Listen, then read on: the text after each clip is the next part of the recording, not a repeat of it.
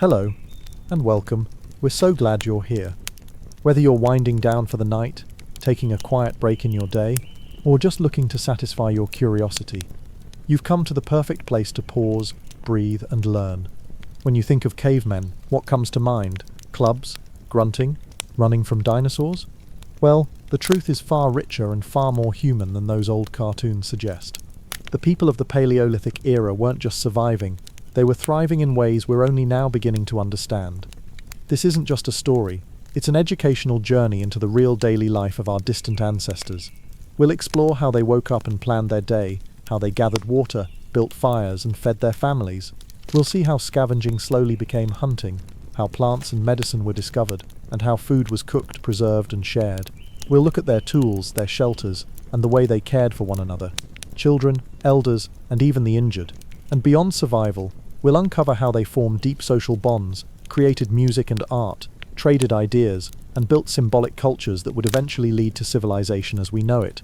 By the end of this journey, you might find that the cavemen weren't primitive at all, just deeply connected to the land, resourceful, and incredibly innovative. So take a deep breath. Imagine the glow of a fire in the early dawn. Hear the rhythm of stone tools shaping. Smell the smoke of cooking food. Feel the closeness of a small community working together. This is what did cavemen actually do all day. Before we begin, we'd love to know where in the world are you watching from, and what time is it for you right now. Drop a comment below. We love seeing your messages from around the globe. And just one kind reminder, please subscribe to the channel and like this video, because if you relax too much and drift off before the end, you might forget to do it later. So take a second now. Your support helps us keep bringing you more of history's quiet, fascinating truths. Now, let's step back in time together. Dawn creeps slowly across the ancient earth, gilding the rough stones and grasslands with a faint golden glow. Somewhere in the distance, a river murmurs, winding its way through valleys carved by countless seasons. A chill lingers in the air, one that seeps into the skin and makes the first embers of the morning fire all the more precious. A small group of humans stirs awake, rubbing sleep from their eyes, stretching their limbs, listening to the faint sounds of animals rustling in the brush. This is the Paleolithic world, a world that shaped us far more than the cities, machines, and artificial lights we surround ourselves with today. And yet, when most people imagine these ancestors, they do not see thoughtful beings, skilled in observation and survival, but crude caricatures. They picture lumbering brutes with tangled hair, dragging women by the wrist, grunting in monosyllables, smashing rocks against each other in hopeless confusion. The popular imagination has, for generations, reduced Paleolithic humans to cartoons, the so-called cavemen, but the truth of their lives was far more intricate, far more human, and, in many ways, astonishingly sophisticated. To truly understand this, we must first set aside the myths and approach their world with open eyes. The image of a caveman with a club over his shoulder is not an ancient reality but a modern construction, born of satire and misunderstanding. It appeared in cartoons, in early anthropology illustrations, and in the simplified stories we tell children. This caricature was easier to digest than the complex truth that for nearly 2.5 million years, humans and their ancestors adapted, innovated, and thrived in environments that would test even the most resourceful of modern people. The so-called caveman stereotype ignores not only the breadth of their accomplishments, but also the depth of their humanity. For most of human history, our ancestors lived not as clumsy primitives, but as astute survivors, constantly learning, constantly innovating, and constantly relying on cooperation and creativity. Their intelligence was not a flicker waiting for the spark of civilization, it was already a blazing fire, guiding them through the rhythms of life. It is tempting for us, in our present age of screens and skyscrapers, to assume that intelligence is measured by technological complexity. A smartphone seems like a pinnacle of thought, while a stone hand axe might appear crude, but such comparisons reveal more about our biases than about reality. That hand axe, carefully shaped by practiced hands perhaps 500,000 years ago, was not merely a stone, it was the result of generations of experimentation, of careful observation of how rocks fracture, how edges can slice, how weight can be balanced. It was the tool of a hunter, a butcher, a builder. It represents knowledge transmitted across countless evenings beside the fire, through demonstration, imitation, and patient refinement. To dismiss it as primitive is to dismiss the minds that created it. When we speak of caveman, the word itself narrows our imagination unfairly. It suggests that these humans spent their lives inside caves, huddled away from the world. While caves were sometimes used, especially in colder climates or for temporary shelter, the majority of people lived in open landscapes, building huts from wood, stone, mammoth bones, or hides. They were not bound to the shadows of rock walls, but moved across plains, forests, riversides, and mountains. They were mobile, adaptive, and resilient, following the changing seasons and learning from every shift in their environment. Caves, in fact, are remembered primarily because they preserve traces of their lives, paintings on the walls, discarded tools, fragments of bones. The earth kept their memory in these sheltered spaces, but it does not mean they spent all their days within them. Perhaps the most damaging myth about Paleolithic humans is that they lived lives of constant brutality. Cartoons and films portray them as violent, selfish creatures, fighting over scraps of food, dragging mates into dark corners, and battling endlessly with beasts. While survival was undoubtedly a daily challenge, the archaeological record paints a different picture. We see evidence of cooperation, of care, of deep bonds within communities. Skeletons have been found of individuals who lived for years with crippling injuries that would have made independent survival impossible. Yet these people lived long enough for their bones to heal, cared for by their group, fed and sheltered when they could not provide for themselves. That is not the work of merciless brutes. That is the work of a society where compassion had already taken root, where survival was not merely about the fittest individual, but about the strength of the thys. There is a quiet dignity in imagining those evenings when the work of the day was done. The fire flickered, sparks drifting upward into the endless dark. Around it, families and companions gathered, their shadows dancing against stone or hide. Here, stories were told, lessons passed down, songs sung, and laughter shared. The children watched intently, mimicking the motions of toolmakers, learning which plants were safe, hearing tales of hunts gone wrong and hunts gone right. In these circles, humanity flourished not just biologically but culturally.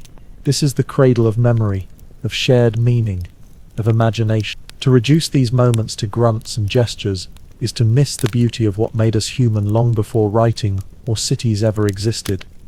The misconception of the caveman as crude and dim-witted also stems from a misunderstanding of time. The Paleolithic period lasted for an almost unimaginable span, more than 2 million years. During this time, humanity changed, innovated, and diversified in ways far beyond what any single stereotype can capture. The first makers of tools, perhaps Homo habilis, lived lives vastly different from those of Homo sapiens, who painted bison on the walls of caves in France, tens of thousands of years ago. To treat all Paleolithic people as a single, unchanging type is like treating all of recorded history, from the pyramids of Egypt to modern skyscrapers, as one unbroken static moment. The reality is far richer and far more dynamic. It is important to acknowledge why the stereotype of the caveman took such firm root in modern culture. It reassured us perhaps to imagine that we were the culmination of a long, slow climb from brutish ignorance to civilized brilliance. By caricaturing our ancestors, we could distance ourselves from the struggles of the natural world. We could look at their supposed crudeness and see our modern comforts as triumphs. Yet this narrative blinds us to the lessons they offer. The Paleolithic people were not on their way to becoming human. They already were human, fully and completely. Their intelligence, their creativity, their emotional lives, all flourished in contexts very different from ours, but no less real. To break free of the caveman stereotype, we must learn to see them not as failed versions of ourselves, but as successful versions of themselves. They adapted to climates ranging from Ice Age tundra to tropical forests. They crossed vast distances, from Africa into Asia, Europe, and beyond, long before the invention of the wheel or written maps. They created art that still stirs us today, lines of ochre on stone, carved figurines that carry mysteries we cannot fully decipher. They made music, they cared for their young, they buried their dead. In their world there was no distinction between survival and culture. Every act was both practical and symbolic, both necessary and meaningful. Imagine standing beside one of these ancestors as they knelt to sharpen a stone. The rhythm of the work is almost meditative, each strike purposeful, each flake of stone falling in a pattern that only experience can teach. The eyes are focused, not wild or vacant, but calm and discerning. Around them, others are engaged in tasks. Someone repairing a woven net, another cleaning fibers from a hide, another tending the fire so its warmth does not fade. A child reaches for a flake of stone, mimicking the motions, eager to learn. This is not chaos or confusion. This is a scene of quiet cadence, of practiced skill, of shared purpose. The truth is that the Paleolithic world was filled with knowledge. It was knowledge of plants, of migration routes, of animal behavior, of weather pattern. Each member of the group carried a library within them, knowledge earned through generations of observation and experimentation. In modern times, we rely on specialists for such knowledge: a botanist, a hunter, a meteorologist. But in that era, every individual was by necessity a generalist, capable of identifying what to eat, how to make a tool, how to read the sky. To imagine them as ignorant is to ignore the intellectual demands of their existence. When we replace the myth of the caveman with the reality of Paleolithic humanity, the picture that emerges is not only more accurate, but also more inspiring. These were people who faced environments far harsher than most of us can imagine, without the safety nets we take for granted, and yet they thrived. Their resilience was not born from savagery, but from adaptability, cooperation and creativity. They were problem solvers, innovators, caretakers, and artists. They were not brutish preludes to civilization, but the foundation upon which civilization rests. And so, the stereotype begins to dissolve. The caveman dragging a club fades away, replaced by an image of a thoughtful person gazing across a valley, considering where the herds will move, where the berries will ripen, where water will flow when the rains come.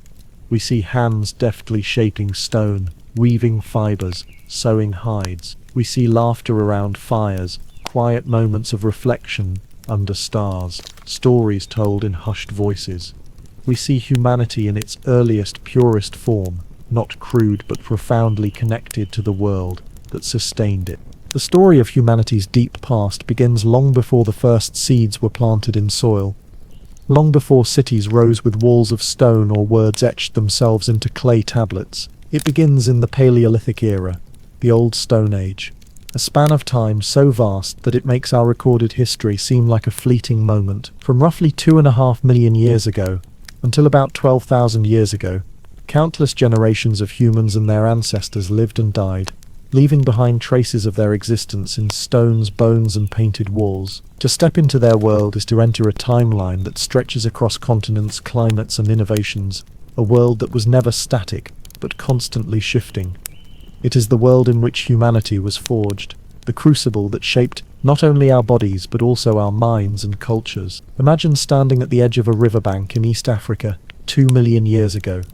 The air is hot, filled with the hum of insects and the calls of birds hidden in tall grasses. Along the water, a small group of Homo habilis moves cautiously, searching for food. One bends to pick up a stone, turning it over, feeling its weight. With careful strikes, flakes are chipped away until the rock takes on an edge sharp enough to cut through flesh. This act, simple yet profound, is among the first sparks of a technological tradition that would span millions of years. That sharpened stone, crude to modern eyes, represents a leap into new possibilities. With it, marrow can be extracted from bones, tubers can be chopped, hides can be scraped. It is not just a tool, it is survival embodied in stone. The Paleolithic era was not one uniform moment, but a sweeping arc of time, during which climate shifted dramatically, species rose and fell, and cultures expanded their ways of life. To understand this era, we must think in terms of rhythms far slower than we are used to.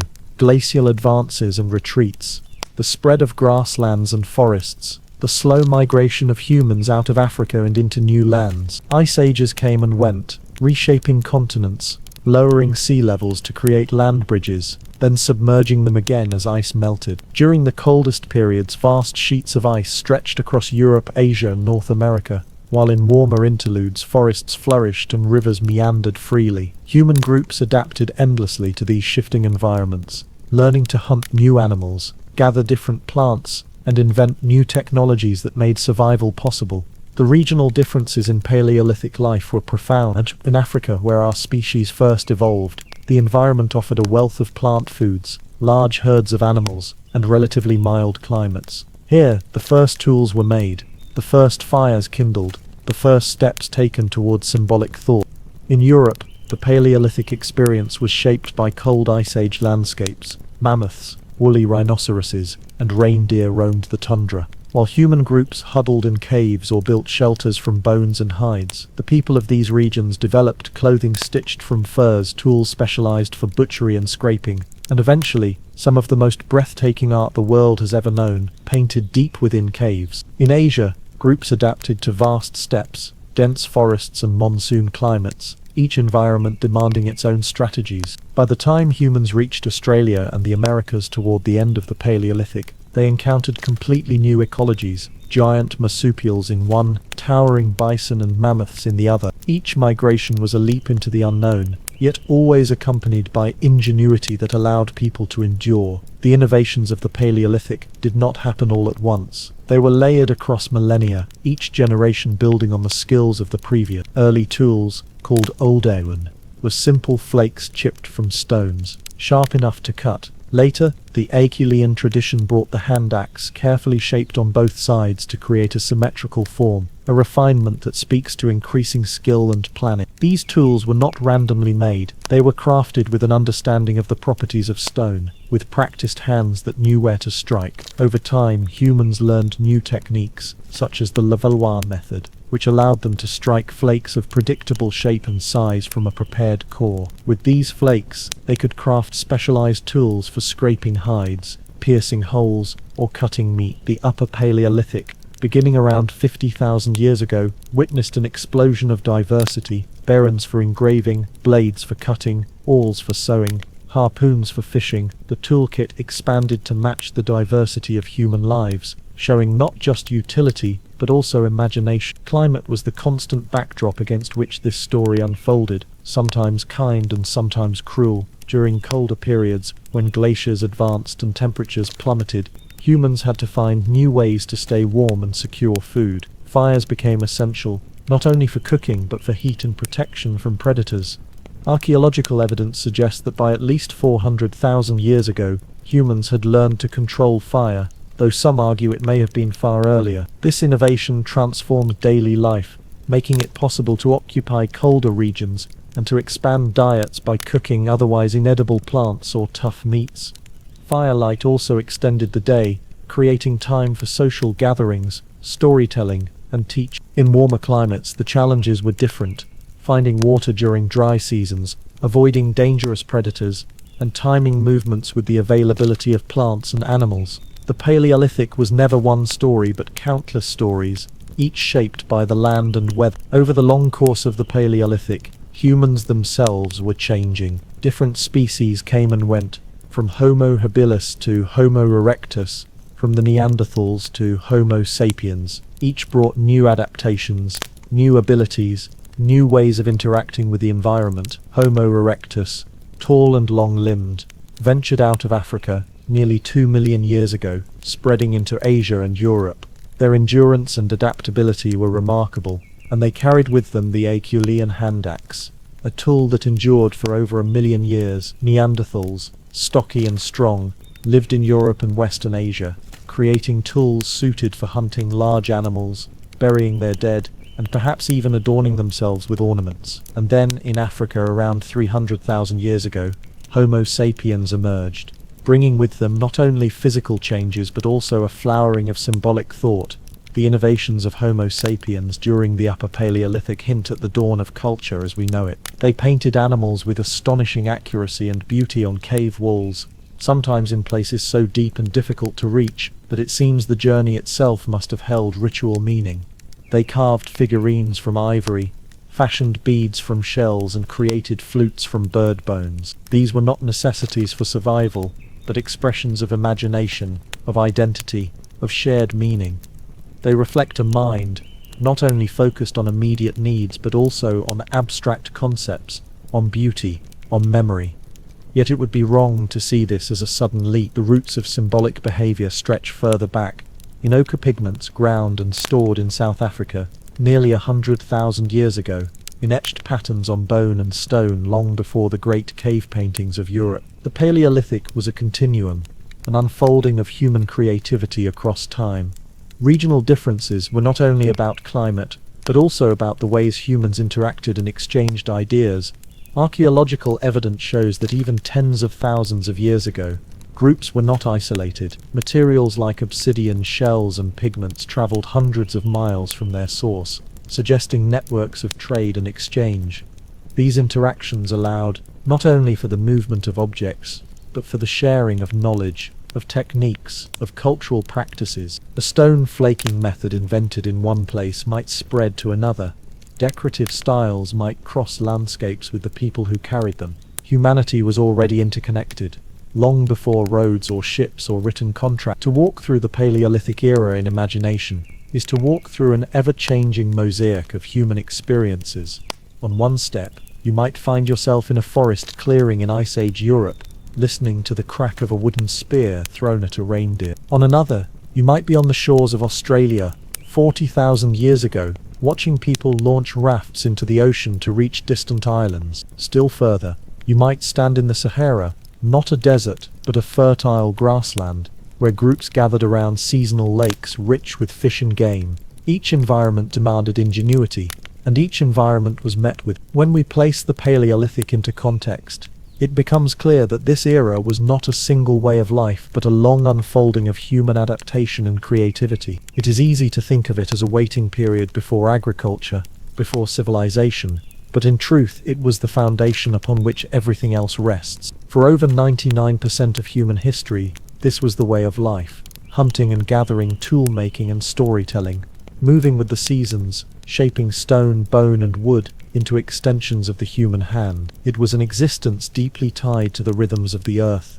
resilient in the face of immense change, and endlessly innovative. Looking back now, with the benefit of archaeology, genetics and comparative studies, we can see the Paleolithic era not as a primitive past, but as the true context of our species, our bodies, our instincts. Even many of our social behaviors were shaped in this time. The pace of life may have been slower, but the demands on knowledge, skill, and cooperation were immense.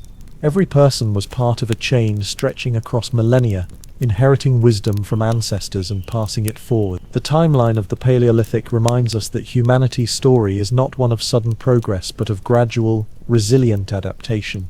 The climate reminds us of the fragility and power of the environment in shaping human destiny. The regional differences remind us of the diversity of experiences that shaped us, and the innovations remind us of the creative spark that has always been at the heart of our survival. The Paleolithic day began not with the blaring of an alarm or the bustle of traffic, but with the soft insistence of the natural world itself. Long before agriculture imposed its rigid schedules of planting and harvest, and long before clocks carved the day into measured slices, our ancestors awoke with the rising sun, their lives entwined with the rhythms of light and darkness. As dawn spread its faint glow across a landscape of grassland, forest, or ice-swept plain, the small bands of humans who had weathered the night stirred gradually, responding to the warmth that promised safety and the illumination that promised opportunity. It was not just a matter of habit, but of survival.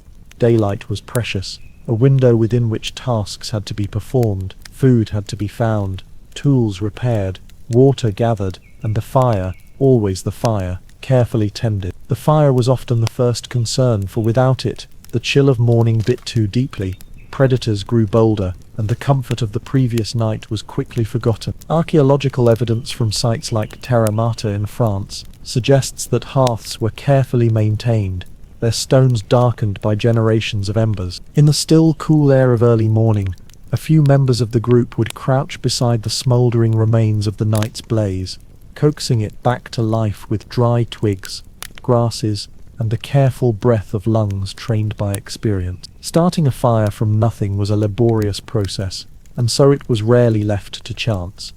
Embers were often buried beneath ashes before sleep, insulated against the night's damp, ready to flare up again with the morning's touch. Watching the thin tendrils of smoke curl upward, one can imagine the quiet relief that came when flames finally licked through the tinder, the hearth once more a source of warmth, light, and the promise of cooked food. While some tended the flames, others rose to assess the needs of the day. There was no written plan, no list scrawled on paper, but the process was no less deliberate. The hunters scanned the horizon for signs of movement, hoofprints in damp earth, broken branches, or distant calls carried on the wind. The gatherers thought of the season and what it offered: berries ripening in a thicket, tubers hidden beneath the soil, nuts shaken loose from the trees. The older members of the group, repositories of memory, might recall the cycles of plants, the habits of herds, the subtle signs that revealed abundance or scarcity. These decisions were not made in isolation, but through quiet conversation, a murmuring exchange around the fire, as the band shook off the weight of sleep. Should they move camp today, or remain another night? Was there water close at hand, or would the children need to carry bladders farther afield? Would the day's efforts focus on hunting, or was it wiser to turn to gathering, fishing, or repairing tools? Each morning began with these unspoken calculations, the subtle art of balancing immediate needs with longer-term survival. Water was always a concern, as essential as fire and food. For groups living near rivers, streams, or springs, the task was simple enough. A few individuals would make their way to the bank, kneeling to scoop the cool liquid into their mouths, then filling containers fashioned from animal bladders, woven fibers, or hollowed gourds. In regions where water was scarcer, the knowledge of its sources was guarded with care. Some groups knew of hidden springs that surfaced only at certain times of year, or of plants whose roots contained enough moisture to sustain a traveler. The act of fetching water was more than a chore. It was a daily affirmation of the group's intimate relationship with their environment. To modernize, the sight of a person walking with a bladder of water slung across their back may seem unremarkable, but for Paleolithic people it was the lifeblood of their existence. Without water, no fire, no hunt, no gathering would matter. The rhythm of the morning was guided by light, without torches or lamps to banish the darkness. The sun itself dictated the scope of daily activity. In the dim glow of dawn, only the simplest tasks could be performed. But once the sun cleared the horizon and spilled across the landscape, the world awakened in full. Birds burst into song, animals stirred from their hiding places, and the humans themselves stepped out into the open, ready to take on the labors of survival. Time was not counted in hours or minutes, but in the angle of shadows, the heat of the air, the subtle cues of the natural world. A hunter might know that the best chance to track a herd was in the early morning, when dew clung to grass and footprints showed more clearly in the damp soil. A gatherer might know that certain blossoms opened only when the sun reached a certain height. The day was a living clock, one read not with devices but with senses sharpened by necessity. Morning tasks were often practical, laying the groundwork for the rest of the day. Tools dulled by use were sharpened anew, stone edges struck against cores to create fresh flakes, spears were checked for cracks, bindings tightened with sinew, and arrows straightened against the thigh. Clothing, too, required constant attention. Hides softened by scraping and smoking needed patching, stitches reworked where seams had frayed. These tasks were not performed in silence but accompanied by conversation, the voices of companions blending with the sounds of stone against stone, fibre against bone. Children watched closely, learning not through formal instruction but through imitation, their small hands picking up flakes and trying to copy the motions of their elders. In this way, knowledge passed seamlessly from one generation to the next, carried forward in the rhythm of daily life. As the sun climbed higher, the urgency of morning tasks gave way to broader undertakings.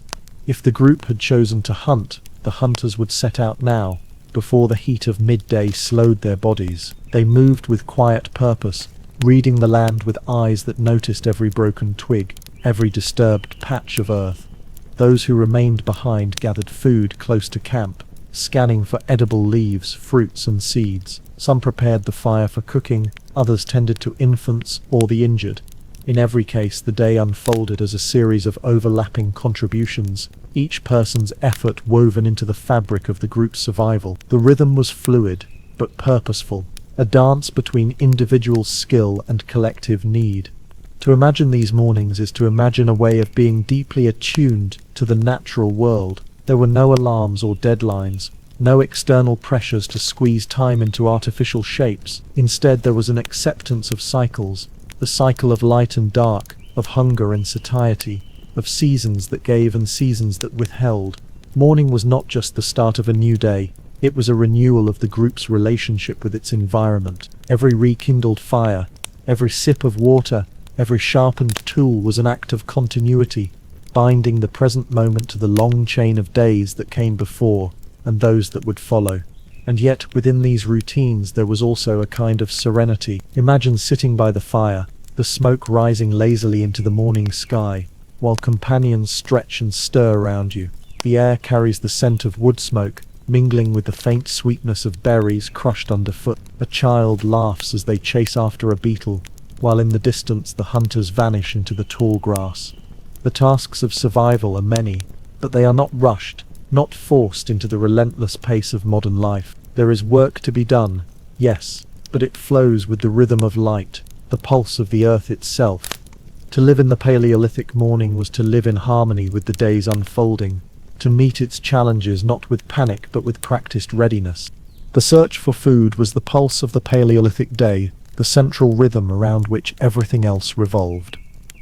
Survival demanded nourishment, not just for the body but for the mind and spirit as well. To understand the way our ancestors lived, one must step into a world where food was never guaranteed, where each morning carried with it the quiet urgency of hunger, and where the ingenuity and adaptability of humans became their greatest assets. In this world, food acquisition was not a single act, but a web of strategies, shifting across regions, climates, and seasons.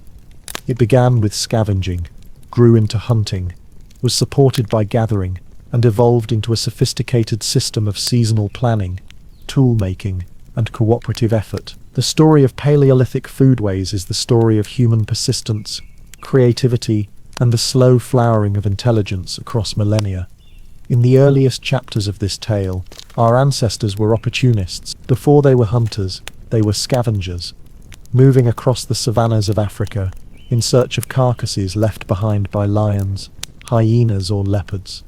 For Homo habilis and other early humans, the sharp flakes of stone they carried were more than tools. They were keys to hidden sustenance. With a flake struck from a core, they could slice open the hide of a dead antelope, break bones to reveal the rich marrow inside, or carve scraps of meat from places predators had ignored. To us, marrow may seem unremarkable, but to those early humans it was a dense, energy-rich prize that could sustain them when hunting was not yet within their grasp. Archaeological sites like Olduvai Gorge preserve the marks of these meals, bones bearing the telltale scratches of stone blades, layered atop the gnawing marks of carnivores. From this evidence we see the order of events. Predators killed, scavengers followed, and humans, clever and watchful, claimed their share. But scavenging was never a passive role. It demanded courage and cunning, for hyenas and lions were not eager to share their kills. A small band of humans might have approached cautiously, shouting, waving arms, throwing stones and sticks to drive predators away. There is something profoundly human in this image, a group working together, not with claws or fangs, but with noise, projectiles, and unity, asserting themselves against stronger beasts. It was not brute force, but cooperative daring that allowed them to seize food. Slowly, these opportunistic acts became more deliberate. Humans began to anticipate opportunities, tracking vultures in the sky, or sniffing the wind for the scent of blood. The leap from scavenging to hunting was not a sudden revolution, but a gradual unfolding, each step building on the last. By 500,000 years ago, the evidence suggests that humans were no longer content to wait for predators to make their kills. At sites such as Boxgrove in England, the bones of horses bear the unmistakable wounds of spears, proof of active hunting. In Germany, wooden spears dating to 400,000 years ago were discovered at Schoningen, perfectly balanced for throwing and thrusting.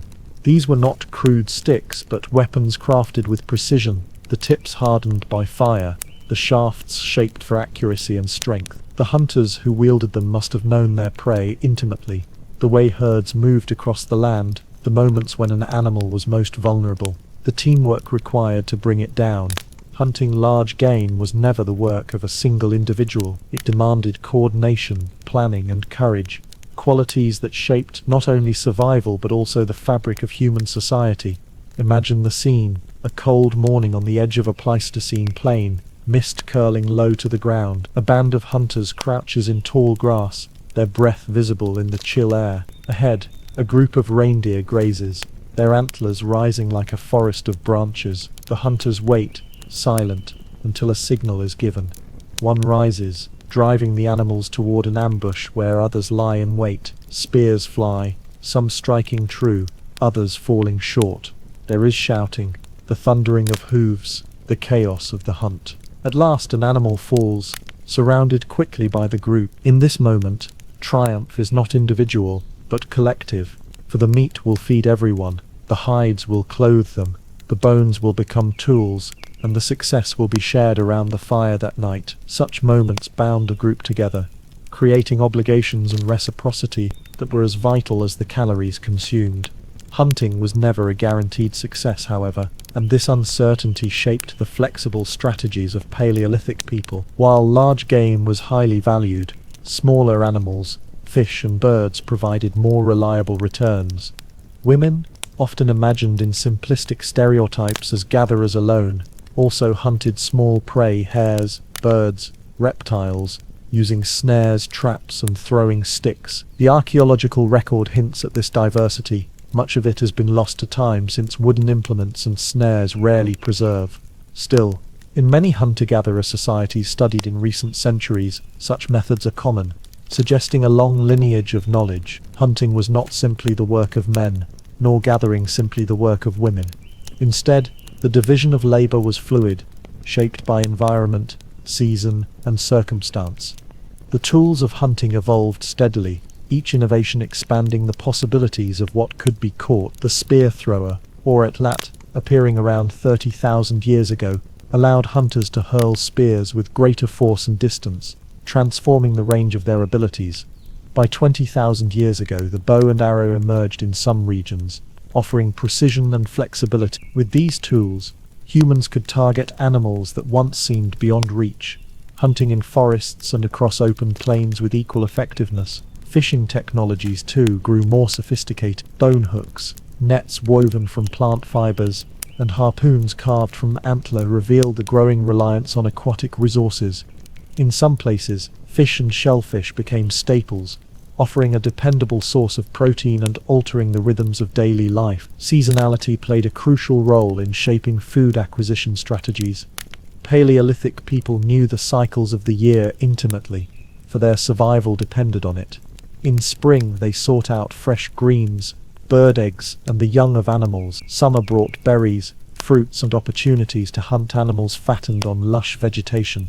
Autumn was a time of gathering nuts and storing dried meat, preparing for the scarcity of winter. The cold months often demanded reliance on stored foods, on the careful planning of earlier seasons, and on the pursuit of animals whose thick hides offered both meat and warmth. Archaeological sites like Gesher Benot Yaakov in Israel, dating back 800,000 years, show evidence of deep knowledge of seasonal plant cycles, a reminder that planning was not an invention of agriculture, but a fundamental part of hunter-gatherer life. Food acquisition was not only about calories, but also about knowledge.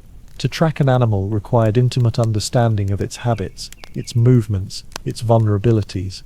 To gather plants required knowing which were edible, which were poisonous, which held medicinal value. Children grew up immersed in this knowledge, learning to read tracks in the dust, to taste a leaf and recognize its bitterness as a warning, to observe the sky and predict a coming storm.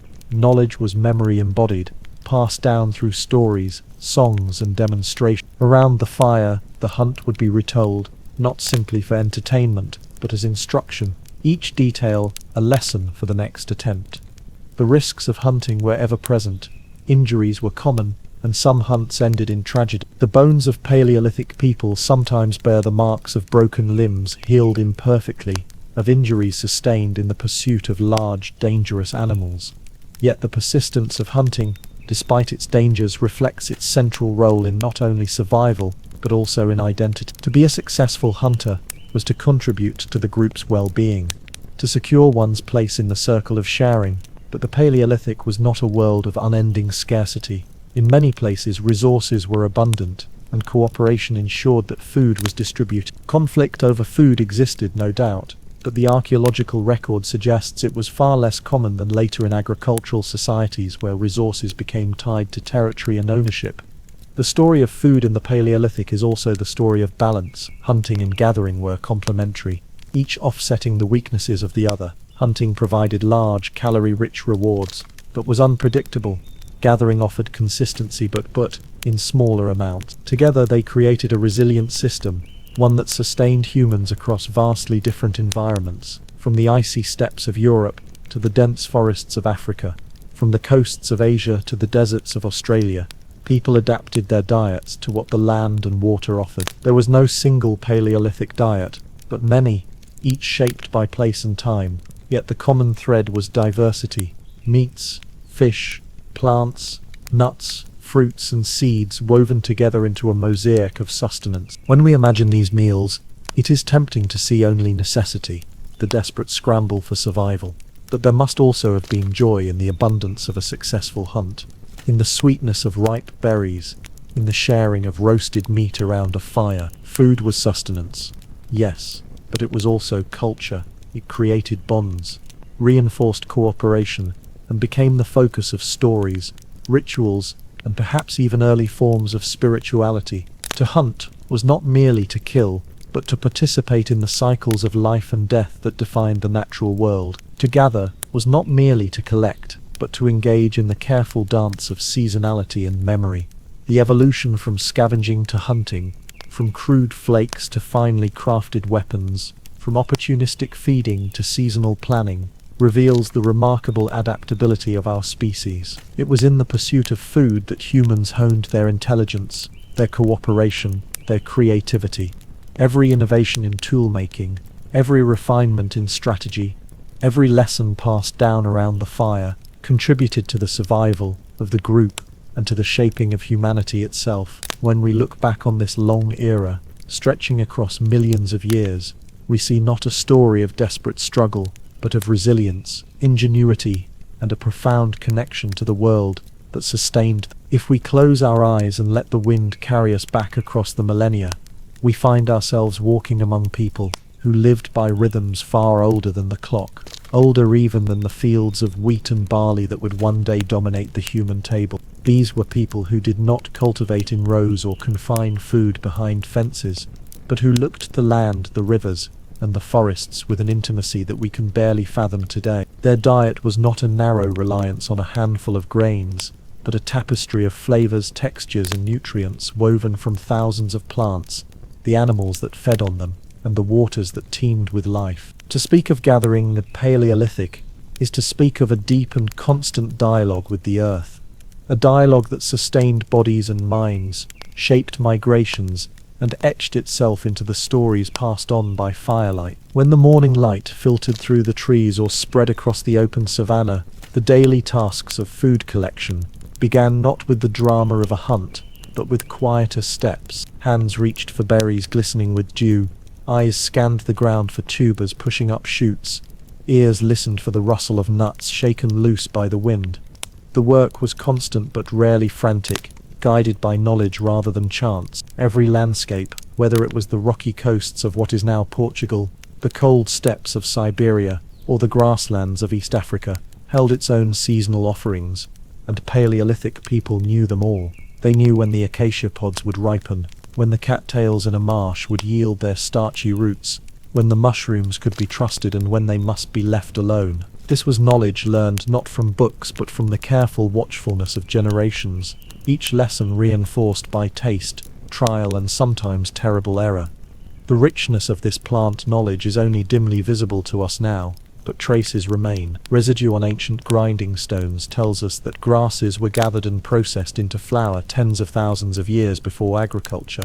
Charred seeds preserved in caves reveal diets filled with legumes, wild oats, pistachios, and almonds. Fossilized plaque on ancient teeth preserves microscopic fragments of plants, evidence of roots, grains, and fruits, eaten by Neanderthals and early Homo sapiens alike. The image that emerges from this evidence is not one of monotonous meat-eaters, but of omnivores with a vast palate. Theirs was a menu dictated by season and place, but always diverse because diversity was survival. To chew a root pulled from the ground was to consume more than calories. It was to ingest medicine. Many plants carried properties that could heal as well as feed, and our ancestors surely noticed. The bitterness of willow bark, the same compound that would one day yield aspirin, may have been chewed to ease pain. Certain leaves soothed stomachs. Certain roots calmed fevers. There is evidence, for instance, that Neanderthals at Shanidar Cave in Iraq consumed yarrow and chamomile, plants with no obvious nutritional value but clear medicinal properties. It is unlikely this was coincident. Rather, it suggests a body of herbal knowledge that rivaled the sophistication of any later apothecary, knowledge transmitted through memory and story, from one generation to the next. If we follow a group of gatherers on a summer day, their movements tell a story of abundance. They spread out across a meadow, baskets slung over shoulders, or woven satchels in hand, plucking berries that stain their fingers purple, gathering stalks heavy with seeds, digging carefully for the tubers whose starch would roast sweetly in the fire. Children scamper among them, learning by imitation, handed a berry to taste, warned gently away from a thorny plant that could harm them. Laughter mingles with the calls of birds, and by midday the satchels are heavy. The harvest is not hoarded by individuals but shared in the camp, each person contributing to a common pot. In this way, knowledge and food alike circulate, binding the group together with threads as strong as kinship. Fishing added another strand to this web of sustenance, one that often blurred the line between gathering and hunting. Along rivers and coasts, humans became adept at coaxing food from the water. Long before metal hooks gleamed in sunlight, there were hooks carved from bone and antler, lines twisted from plant fibers, nets knotted with patient skill. Stone weirs diverted fish into traps where they could be speared or scooped by hand. Shellfish could be gathered by the basketful, their shells later discarded in great heaps that still survive, telling us of meals eaten thousands of years ago. Coastal peoples in particular thrived on such resources, their diets rich in protein and fat, their campsites marked by the glittering remnants of mussel and clam shells. Fishing required patience, observation, and sometimes cooperation, but it offered rewards that could be steady and abundant, a dependable counterbalance to the uncertainties of hunting game.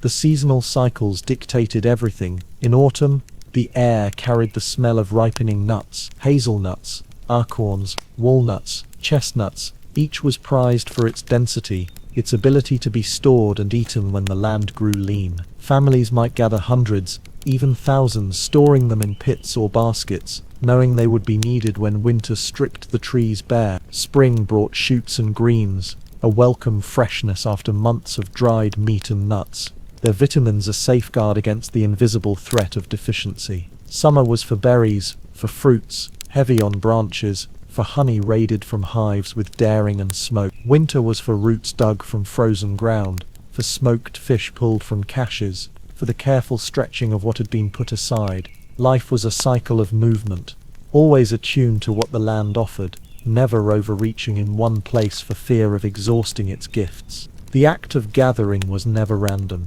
It was rooted in memory, in the mapping of landscapes across generations.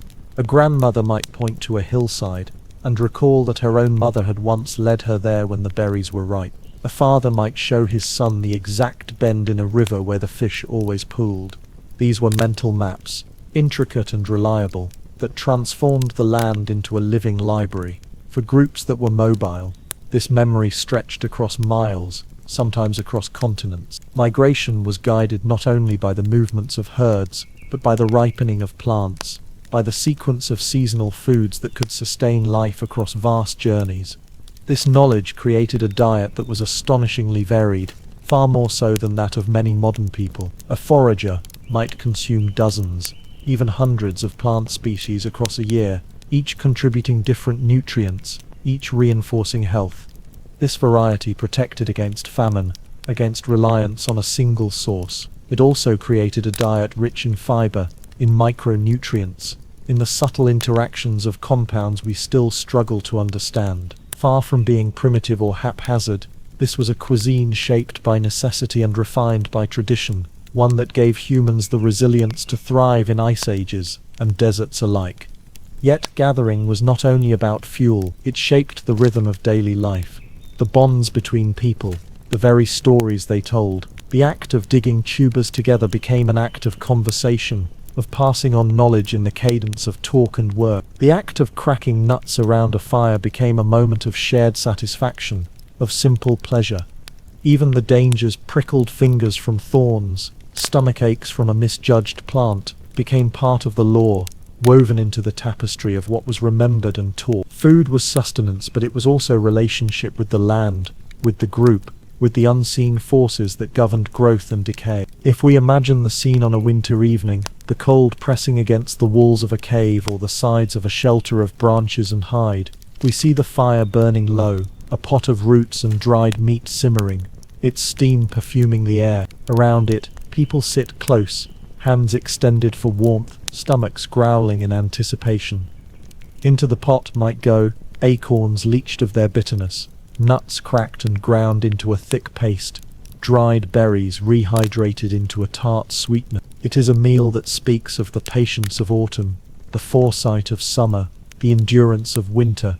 It is a meal that embodies memory and planning, a meal that keeps alive not only the body, but the chain of knowledge stretching back to ancestors long gone. The Paleolithic diet, then, was not a fad or a prescription, but a lived experience of extraordinary breadth. It included meat, yes, but also roots and leaves, nuts and berries, fish and shellfish, honey and mushroom. It was a diet inseparable from the land, inseparable from the cycles of sun and moon, inseparable from the social bonds that ensured its sharing. It was not simply about eating, but about being, about knowing, about belonging to a world in which humans were not masters of the land, but participants in its endless cycles. To walk with them through that world is to rediscover a way of life where food was everywhere, if one only knew how to see it, where each bite carried the weight of tradition and the promise of survival. When we think of the first sparks of fire, we imagine not only the warmth that pushed back the darkness, but also the transformation of food from raw to cooked, from mere fuel to something more deeply nourishing. Fire was not discovered all at once, nor did people immediately grasp its full potential. It flickered first as a wild force. Lightning struck trees, smouldering in the distance, flames licking at the dry grass of the savannah. At first it was feared, respected from afar, an unpredictable power that devoured as easily as it gave light. But somewhere, sometime in the long span of the Paleolithic, a group of humans dared to carry embers back to their camp, cradled in bark or stone, and from that moment, the story of cooking began. Cooking was an art long before anyone thought to call it such. Imagine the first roasted root, pulled from the coals, its charred skin cracked open to reveal steaming flesh, sweeter than anything eaten raw. The surprise must have been profound. A tough, fibrous plant that once tested the jaw and yielded little energy suddenly became soft, filling, and delicious. This revelation changed everything, for cooking expanded the very boundaries of what was edible. Roots too bitter or fibrous to chew became staples. Meat tough with sinew became tender and easier to digest. Calories once locked away in starch and protein were unlocked, fueling bigger brains, longer journeys, and a new rhythm of life around the fire. Even in the earliest days of controlled fire, meals were not just thrown into flames and pulled out, blackened. There was already a kind of experimentation and intuition about how heat could be used. Meat could be laid on hot stones, allowed to sizzle slowly, or skewered on a sharpened branch and held above glowing coals until it browned. Leaves could be wrapped around tubers to protect them from burning, creating the first versions of steaming. Nuts could be roasted to release their oils, seeds parched until they popped and became easier to grind. There was patience here, and craft, born of repeated trial and a sensitivity to sight, sound, and smell. The crackle of a roasting tuber, the aroma rising from fish cooking in embers, the shift in color that signaled readiness, all became cues, part of a growing culinary vocabulary. The fire was not only about cooking, but about gathering. At the end of a day of foraging or hunting, people returned to its circle, drawn by the glow, the promise of warmth and food. Around it, stories were told, knowledge was shared, disputes were softened, and laughter broke the silence of the night. In this way, Cooking bound people together as surely as it nourished their bodies. To eat raw food could be done alone. To cook required a shared space, a moment of cooperation. Someone kept the fire alive. Someone watched over the roasting meat. Someone pounded roots into mash. The meal that resulted was not owned by one, but shared among many, reinforcing the bonds that made survival possible. Preservation followed naturally from the lessons of cooking. If fire could transform food for the better, might it also extend its life? The answer was yes, and this was discovered perhaps by accident. The leftover meat, left too close to the fire, dried and blackened by the heat, still edible days later. This was the seed of preservation techniques that would become critical in harsher seasons. Smoking meat over a low fire not only kept it edible, but added flavor, a savory richness that turned necessity into pleasure. Drying strips of meat in the sun, or over embers, created lightweight portable food that could be carried on long hunts or migrations. Fish, too, could be smoked or dried, their flesh hardened into something that lasted beyond the moment of the catch. Storage was another quiet revolution, though in the Paleolithic it was more modest than the granaries of later ages. Containers fashioned from gourds, shells, woven grasses, or hollowed wood could hold nuts, berries, or dried roots. Pits dug into the earth, lined with stones or leaves, kept food cool and protected from scavengers. Bones of mammoths have been found repurposed as storage spaces, their massive cavities filled with meat that was frozen by the chill of Ice Age winters. Each of these methods reflected foresight, the ability to think not only of today's hunger but of tomorrow's need. To store food was to wrest a small measure of control from the uncertainty of nature, to face the long nights of winter with greater confidence. Cooking and processing also reshaped nutrition in ways that were invisible to the people themselves, but are clear to us now. Heat broke down the starches in roots and grains, making them more digestible and releasing more energy. It softened connective tissues in meat, unlocking proteins and fats. It killed parasites and harmful bacteria, protecting communities from sickness. Grinding seeds and nuts into flour or paste made nutrients more accessible, even to children and elders, whose teeth were worn.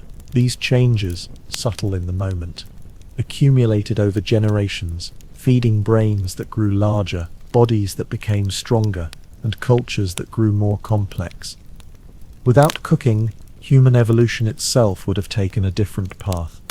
The creativity did not stop with fire alone. Over time, humans learned to combine techniques, to push the boundaries of what was possible with the tools at hand. Roots could be pounded into a paste, then baked in the ashes to create primitive cakes. Meat could be boiled in a skin bag filled with water and heated stones, creating broths rich in nutrients. Seeds could be fermented, whether by accident or design, producing new flavors and textures. Honey mixed with crushed berries might ferment into an early form of mead, intoxicating and mysterious.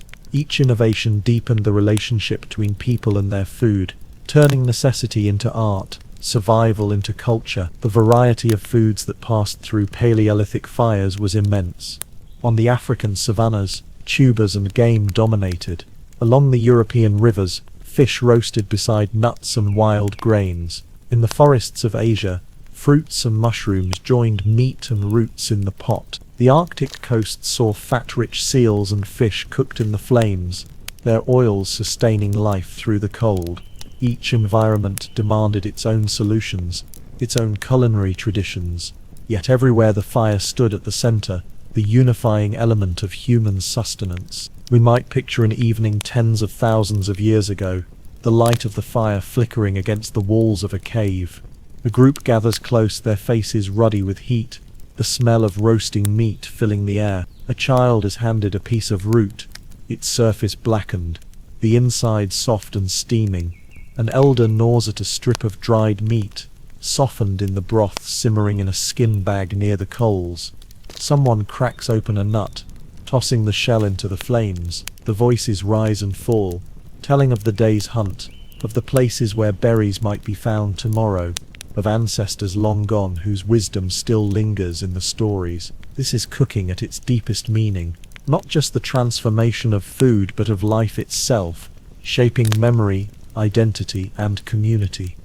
What is most striking is how deeply these early techniques mirror our own: to roast, to boil, to smoke, to store. These are still the foundations of our kitchens, though the tools have changed. The instincts that guided those first cooks are the same instincts that guide us now when we season, when we taste, when we share a meal with others. The hearth has become a stove, the skin bag a pot, the stone grinder a mill, but the essence remains unchanged. Cooking is not only about survival but about comfort, about creativity, about the joy of gathering together to eat. If we listen closely, we might even hear the echoes of those early meals in our own. The smell of bread baking in an oven recalls the grinding and baking of wild grains in Paleolithic camps. The crackle of meat on a grill echoes the roasting of game on open flames. The pleasure of a smoky flavor connects us directly to the smokehouses of our ancestors. Even our desire for sweetness carries the memory of honeycombs stolen from hives and roasted to soften the wax. These echoes remind us that cooking is one of the oldest human arts, one that defines us as much as language or song. And so, the story of Paleolithic cooking is not just the story of fire, but of foresight, of experimentation, shared humanity. It is a story told in the quiet patience of drying meat, in the rhythmic pounding of seeds, in the careful tending of flames through the night. It is a story written not in books but in the bones of hearths found in caves, in the scorch marks on ancient stones, in the charred remains of meals preserved by accident. It is a story that stretches from the first ember carried from a lightning fire to the kitchens we know today, a story as warm and enduring as the fire itself. The story of tools is, in many ways, the story of us. Long before written language, long before cities or fields of grain, the shaping of stone and wood marked a turning point that forever separated humans from the rest of the living world. To imagine the first moment of invention is to picture a scene at once humble and monumental. A hand picks up a shard of stone broken by chance, its edge sharper than fingernails or teeth, and discovers that it can cut through the hide of an animal. That moment of recognition was the spark that set humanity on its distinct path, one where survival depended not only on muscle and instinct, but on ingenuity and craft. The earliest tools were not elegant, but they were effective. Simple flakes struck from a larger rock could scrape, cut, and pierce, providing access to calories hidden beneath skin and sinew. Imagine the first people who realized that the marrow inside the bones of a great beast was accessible, not just to scavenging hyenas but to themselves. If only they had the means to crack the bones open. Stone tools gave them that mean. With a hammerstone they broke bones wide, and with sharp flakes they sliced meat from carcasses abandoned by predators. It was a practical revolution, and yet within this simple act lay the beginnings of all future technologies. For it was not the stone itself that changed humanity, but the idea that the world could be reshaped to fit a purpose. Over time, these shards of stone evolved into hand axes, the great symmetrical teardrops of flint that are found scattered across ancient landscapes. These tools were not only functional, capable of butchering an animal or chopping wood, but also works of surprising beauty, each one carefully knapped into a form that mirrored others across vast distances. Holding a hand axe today is to hold a piece of art as much as a tool, to feel the weight of decisions made by someone who lived hundreds of thousands of years ago. The edges gleam with the precision of repeated strikes, each flake removed with thought and skill. They reveal minds capable of planning, of symmetry, of an aesthetic sense that goes beyond mere necessity. When a group carried their hand axes, they carried not just survival but the proof of human imagination. Yet stone was only part of the story. Wood, though far less preserved in the archaeological record, was every bit as important. Spears carved from branches gave reach and power to the hunt. Fire-hardened tips allowed hunters to strike at prey without putting themselves directly in danger. A simple stick could be sharpened and hardened in the coals, becoming an extension of the arm, a tool that projected human intent beyond the body. Wooden digging sticks helped uncover roots and tubers, the hidden stores of energy beneath the soil. The pliability of wood also lent itself to baskets, frames, and handles, turning stone tools into more versatile instruments. Though we find few wooden tools in ancient sites because they decay so quickly, their absence in the record should not make us forget how central they must have been. Bone soon entered the toolmaker's palette as well. Unlike stone, bone was pliable, more forgiving to shape, and it carried within it the memory of the animal from which it came. To take a rib or antler and sharpen it into a point was to extend the life of the creature into another form of use. Needles made from bone, small and smooth, suggest some of the earliest clothing technologies, for with them hides could be sewn into garments fitted more closely to the body than simple draping. Bone awls pierced holes in leather, while scrapers smoothed hides until they became supple. With these tools came clothing not only for warmth but for identity, a second skin that could be decorated, fringed and dyed. To wear such clothing was to carry culture on the body, a visible expression of belonging and imagination. Antler and ivory added still more possibilities. The branching antlers of deer provided natural shapes that could be adapted into handles, hooks and points. Ivory, from mammoths or walruses, could be carved into figurines or beads, but also into durable tools. The hardness of ivory made it ideal for engraving or shaping, and it carried symbolic weight, for these were materials of prestige. To fashion an object from ivory was to connect with the awe inspired by the creatures from which it came. Imagine a small community gathered around a fire as one of their members carves an ivory point, the chips falling like pale snow, each stroke transforming a fragment of the great animal into a tool or ornament. This was technology infused with reverence. Containers were another quiet but powerful innovation. Before baskets, gourds and skins, food was limited to what could be eaten immediately or carried by hand. The moment people began to weave grasses into baskets or hollow out wood to make bowls, the horizons of storage and transport expanded. A basket could hold berries, nuts or grains collected in large quantities. The gourd could carry water from the stream back to camp. Animal bladders or stomachs, cleaned and tied, became waterproof sacks for carrying soups or stews, especially when heated with hot stones. These technologies may seem humble compared to the drama of hand axes or spears, but they reshaped daily life in profound ways.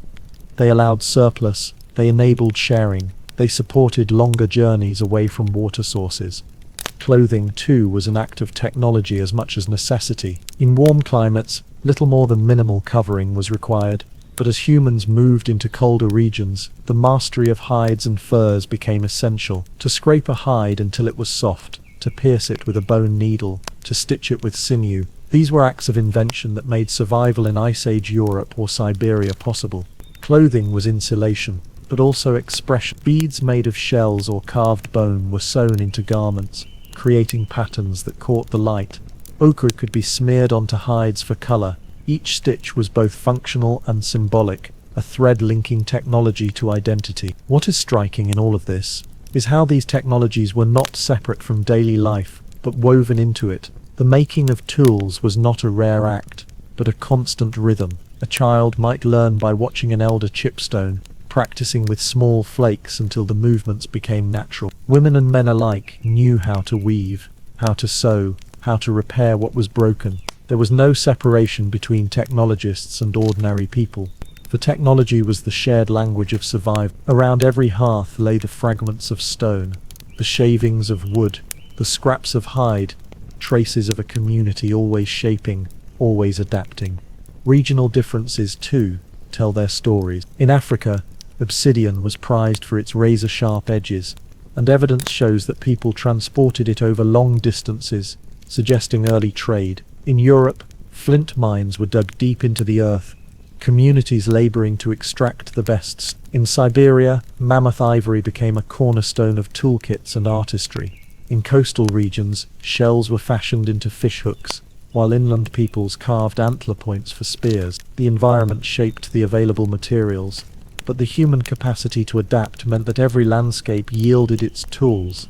To hold one of these tools today is to feel the intimacy of its making. A scraper, its edge worn smooth by countless hides, tells of the hours spent preparing clothing and shelter. A spear point, finely knapped, carries within it the anticipation of a hunt, the breathless moment before the strike. A needle, delicate and polished, whispers of the care put into every garment, every stitch a safeguard against cold. These are not just artifacts, but echoes of hands, of lives lived long ago, still speaking through their shapes. The making of tools was also the making of minds, to strike stone against stone with intent, to envision the shape hidden within the rock, to plan each flake removed. This was abstract thought made tangible. It required memory, patience, and imagination. The rhythm of knapping was like a kind of music, each strike deliberate, each mistake a lesson. In these acts, humans trained their brains to think ahead, to create mental templates, to innovate when faced with new problems. The evolution of technology and the evolution of cognition were inseparable, each driving the other forward. And so the story unfolds not in grand monuments, but in small, persistent acts of shaping. A hand axe chipped beside a riverbank, a needle carved from bone by firelight, a basket woven with care to carry tomorrow's food. These were the seeds of all future invention. From them would eventually grow plows and pottery, wheels and writing. But in their simplicity they were no less profound. They represent the first steps in a journey that continues unbroken to the present day, a journey defined by the human impulse to create, to adapt, to imagine new forms from the raw matter of the world. When we picture the Paleolithic, not as a time of crude survival, but as a world alive with craft, skill, and artistry, we begin to see its people more clearly. They were not stumbling in darkness, but lighting sparks of invention that still burn in us. The stone in the hand, the bone needle, the basket, the hide stitched against the cold. Each one is a testament to resilience and creativity. Each one is a fragment of the story of how we became human. When we imagine the first shelters of our ancestors, the image that often springs to mind is a dark cave, its mouth opening like a hollow in the cliff, firelight flickering against stone walls. It is true that caves offered protection and stability, but the story of Paleolithic domestic life is far richer and more varied than this one image suggests. People did not simply huddle in caves for thousands of years, passively sheltered by nature. They also built, arranged, and maintained their own living spaces, each choice reflecting both survival needs and the rhythms of community life. To step into their world is to step into an intimate human story of warmth, protection, kinship, and care. Caves, where they were available, were among the most desirable places to settle, not only because of their natural walls and roofs, but because they offered a measure of security from wind, rain, and predators. Imagine walking into such a space tens of thousands of years ago. The smell of smoke lingers in the air, mingling with the earthy scent of damp stone. Near the entrance, a fire crackles, its warmth radiating outward. Families gather in clusters, sitting on furs or woven mats, talking in low voices as children play close to their mothers. The deeper chambers may be reserved for sleeping or for storage, darker recesses holding tools, hides, or perhaps bones kept for ritual reasons. Archaeologists studying caves like those at Chauvet or El Castillo have found not only paintings on the walls but also hearths, stone tools, and traces of daily life that make these caves feel like homes, vibrant with the activities of people who returned season after season. Yet caves were not always available, and people were not limited to them. In open landscapes, humans built their own shelters, crafting dwellings that were both practical and, in their own way, ingenious. In some Ice Age sites of Eastern Europe, archaeologists have uncovered the remains of huts made from mammoth bones, arranged in circles and covered with hides. These shelters, with walls built from jawbones and tusks, were sturdy against the cold winds of the steppe. Fireplaces burned within, while the bones themselves may have been decorated or arranged with symbolic meaning. Elsewhere, in more temperate climates, shelters were likely made from wooden frames covered with hides, branches, or grass. These structures, perishable as they were, rarely survive for us to see, but traces in the soil, post holes, charcoal, and stone tool scatters suggest the outlines of camps where families lived and worked. The organization of these living spaces was not random. Evidence from sites like Dolní Věstonice in the Czech Republic and Pinsevent in France shows that people arranged their camps with care. Hearths were central, not only for warmth and cooking, but as focal points of social life. Around them, people placed tools and materials for daily work, scrapers for hides, blades for cutting, awls for piercing. Sleeping areas were likely padded with furs, arranged for comfort and proximity, with children nestled close to parents. In many sites, archaeologists can trace the zones of activity, where tool-making took place in one spot, food processing in another, and waste discarded further out. This spatial organization speaks to a kind of domestic order, an understanding of how to create comfort and efficiency even in temporary camps. Life in these shelters was more than survival. It was the weaving together of family and community. Imagine the evenings, when the day's hunting and gathering were done. The group gathers by the fire. Children listen to stories, their eyes reflecting the flames, while elders share wisdom drawn from years of experience. Songs or chants rise into the night air, accompanied by the steady beat of hands on skin drums or the soft sound of flutes carved from bird bones. These were not simply places of shelter from the weather. They were places where bonds were nurtured, where culture was transmitted, where people felt the comfort of belonging. Child rearing in this world was communal, as it has been in many traditional societies. A child was never only the responsibility of one mother.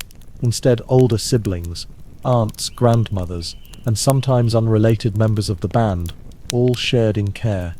Anthropologists call this holoparenting, and it seems likely that it was central to Paleolithic life. A mother working to scrape hides or gather firewood could trust others to watch her infant. Children grew up in the heart of the community, absorbing skills through observation and play. Little ones might imitate adults by striking small flakes from stone or wrapping dolls made from twigs in scraps of hide. Play was not separate from learning, it was how skills and values were passed on. The sounds of laughter and chatter would have been as much a part of the camp as the crackle of firewood. Caring for the injured and the elderly is another window into the humanity of these people. Skeletal remains from sites like Shanadar Cave in Iraq tell us stories that are astonishing in their tenderness. One individual, Shanadar I, had survived for years despite injuries that would have left him partially blind, with a withered arm and significant disability. That he lived so long means that others must have cared for him, provided food, protection, and companionship. Another burial at the same site, Shanadar IV, has long been debated as evidence of flowers placed with the dead, a suggestion of ritual and compassion. While some archaeologists question whether pollen was carried in by animals, the very possibility reminds us that care extended beyond life into death. These were people who did not abandon their weak but found ways to support them, weaving compassion into the fabric of domestic life. Fire, always central, gave not just warmth but structure to daily life. Hearths served as kitchens, gathering places, and protective circles that kept predators at bay. The fire needed tending, and that responsibility may have rotated, with someone always mindful to keep the embers alive. Around it, people cooked stews, roasted meat, dried fish, or smoked food for later. The fire's light extended the day into the night, allowing stories and tasks to continue beyond sunset. It became the heart of the shelter, the center of domestic life, around which people built not just their homes but their sense of togetherness.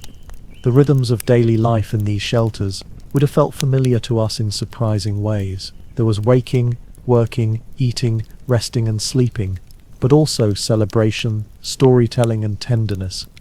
The division of tasks was likely fluid, shaped by skill, need, and circumstance rather than rigid categories. The small details, hanging a hide to dry, grinding pigment for decoration, repairing a broken spear, were the texture of life, giving shape and meaning to the passing days. One can also imagine how these shelters changed with the seasons. In summer, camps might be more open, with people sleeping under the stars or in light coverings, the air filled with the buzz of insects and the laughter of children. In winter, the shelters would close in, insulated with furs and hides, the air smoky and warm, the world outside muffled by snow. Seasonal migrations meant that people returned to familiar sites, repairing old shelters or building new ones, carrying with them the memory of past years spent in the same places. Each return deepened the sense of home, even in a world where mobility was essential. The emotional dimensions of shelter are perhaps the hardest to capture but the most important. To step into a Paleolithic camp was to step into a world of belonging. Home was not defined by walls or permanence, but by the people within it. The laughter of children, the smell of cooking meat, the warmth of shared fires, the quiet presence of elders, all of these gave the shelter its meaning. Even when the group moved on, leaving behind bones, ashes and broken tools, what they carried forward was the memory of shared life, of comfort created together against the vastness of the world. If we strip away the modern structures that surround us, what remains at the heart of domestic life has changed very little. The need for protection, the joy of companionship, the care for the vulnerable, the rhythm of work and rest, the stories told by firelight, these threads connect us to the people who lived in caves and huts tens of thousands of years ago. Their shelters may seem simple compared to our houses, but in them we can recognize the same desires that still shape our homes today: safety, warmth, community, and love. The firelight flickers against stone walls, throwing long shadows that seem to dance in time with the voices gathered around it. A band of perhaps 20 or 30 people sits close to the warmth, some busy scraping hides, others repairing a broken spear point, while children curl up near their mothers or slip into slumber against the rhythmic hum of conversation. It is here, in these intimate circles, that the heart of Paleolithic society pulsed.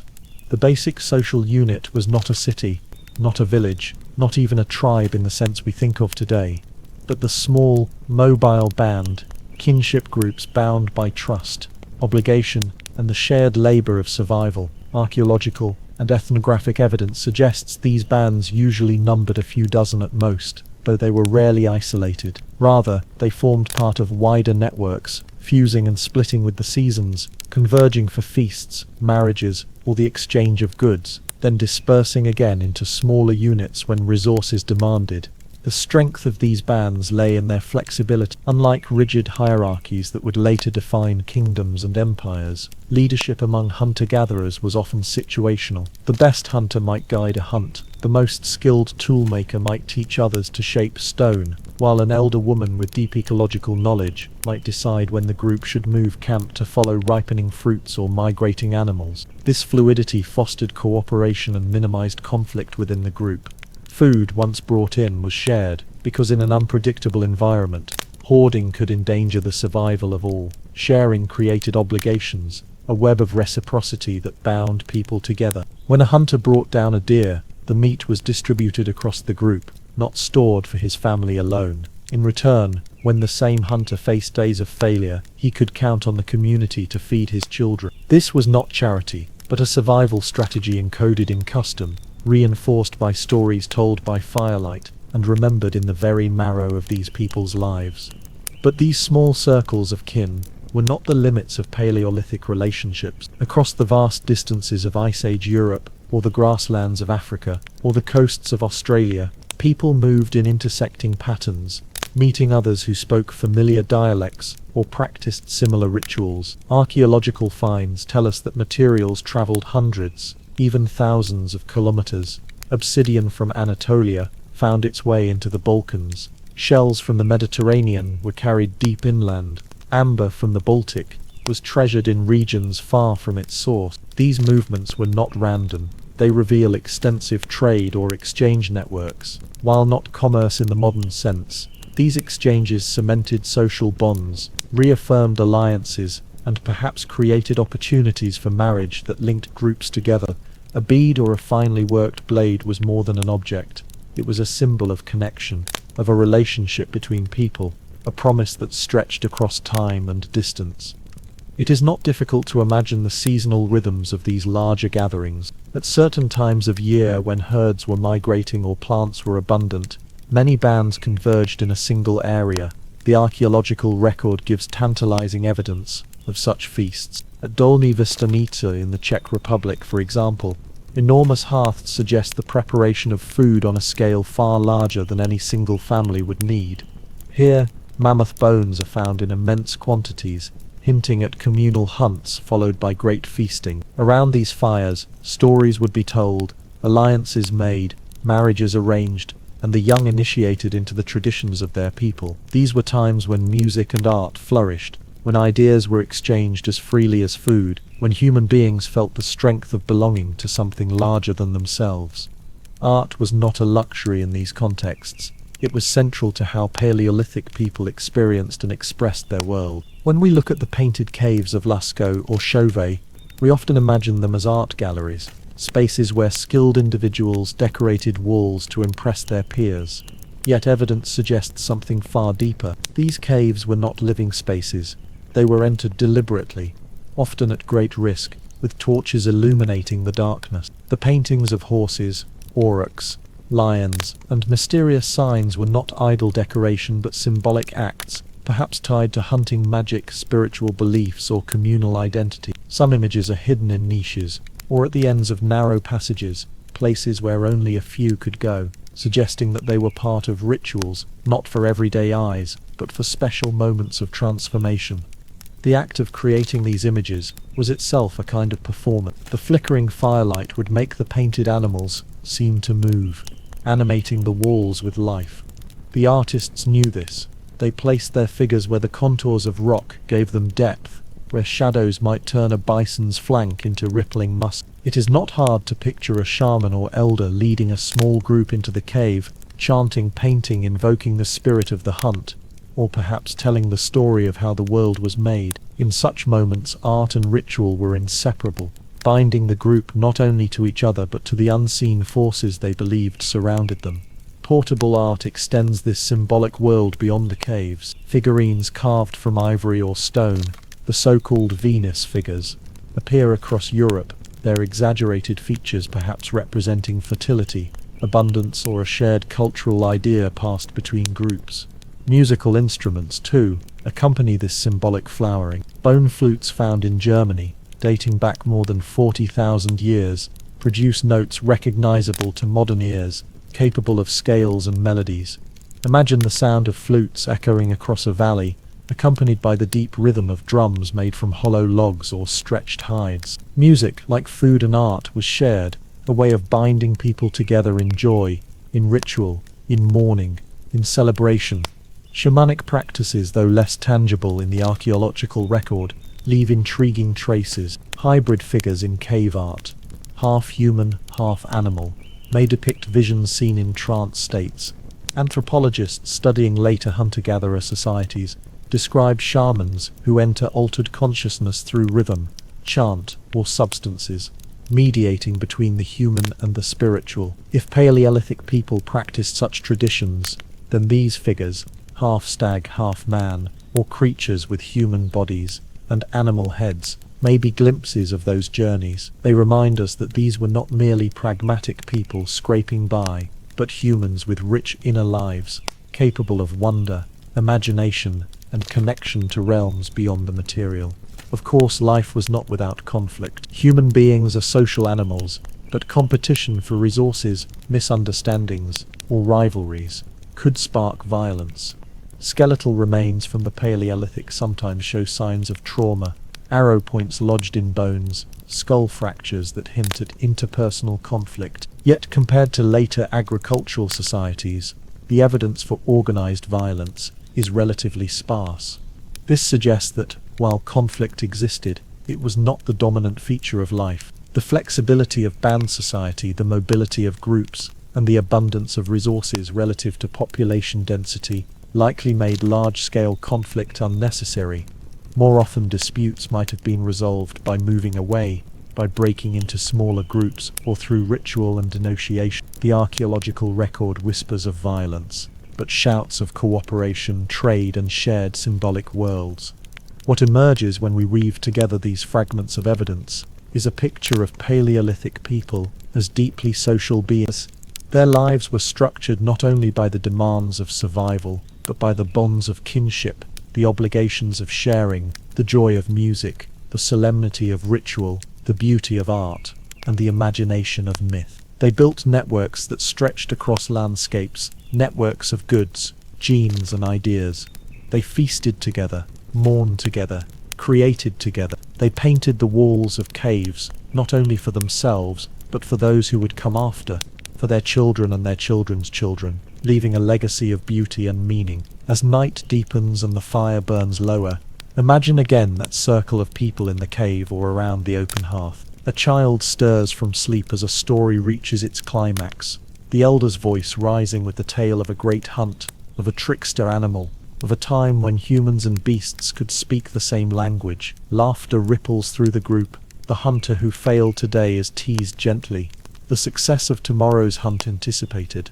Someone lifts a flute and plays a tune that everyone recognizes, a melody carried across generations, as familiar as the stars overhead. For these people, social bonds were not abstract. They were the lifeline that sustained them, the matrix within which every tool was made, every meal was shared, every dream was dreamed. In their art, in their rituals, in their music, they expressed not only what they needed to survive, but what it meant to be human.